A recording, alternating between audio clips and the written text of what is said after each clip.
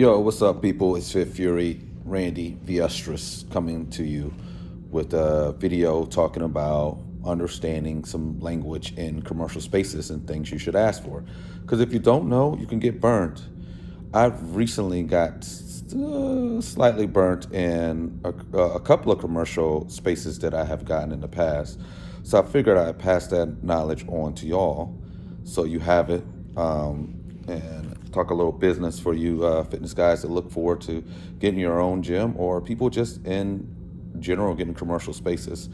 A little bit that I learned. All right, so in my latest space, I signed a 5 year contract, and I looked to sign after that another contract, 5 years. But let's talk about this first 5 year contract.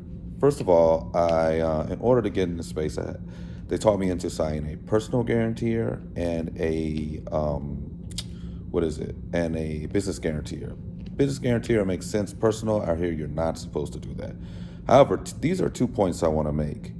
One thing I did not read and understand was, until it hit me, was that I pay property taxes on my space. So eventually it was 500, and they assured me it wouldn't go up over 500, and now it's about 14 to 800 a month that I pay. Now, what I've been told is that you want to have a gross lease. That's a lease that, there's gradual increases, but you don't have to worry about it jumping like it jumped for me, like it jumped $700 one time, $1,800 one time. You don't know what you're getting.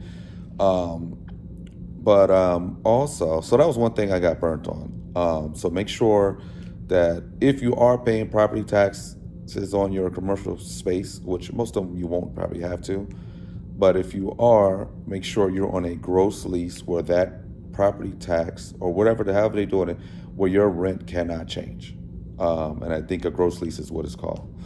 Number two, I learned something that you may not think about, or you may think it's in your contract, but you better check. And that is making sure there's a non-compete clause in whatever your business is.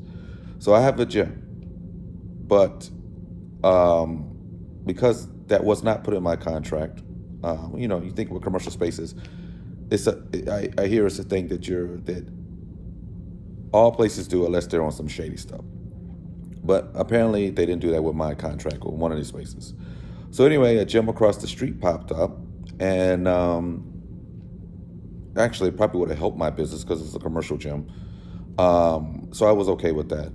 But what happened was the property management company stuck a huge gym in my same building.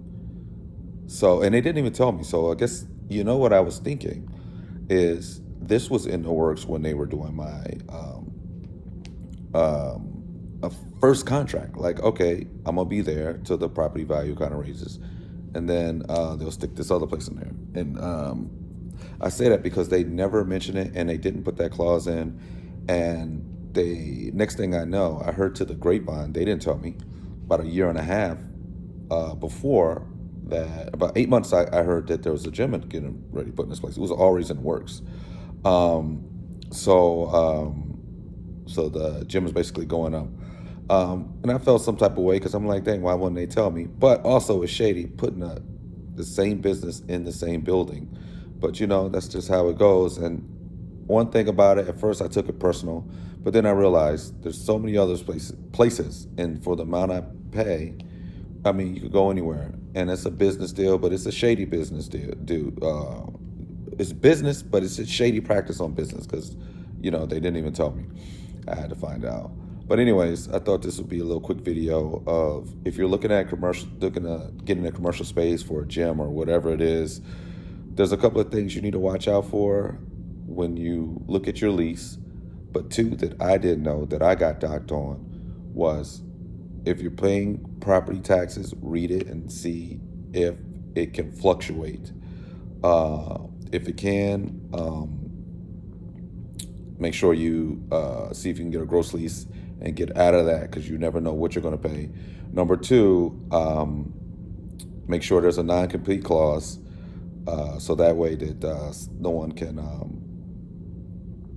so they can't put the same business in your business, which I feel like most places won't do that. It's shady, but put it in there so you have it just in case. And then there's one more. There's last thing is that um, make sure you don't sign anything that they can move you at any point to, because that's some craziness that can happen, where they could just kind of shift you around to place. I've never seen that before. But there you go. That's my first video. That's my first video on that. Figure y'all can use that and hopefully help somebody. I'm gonna be doing more videos like this, so stay tuned with looking for videos like this. All right, peace.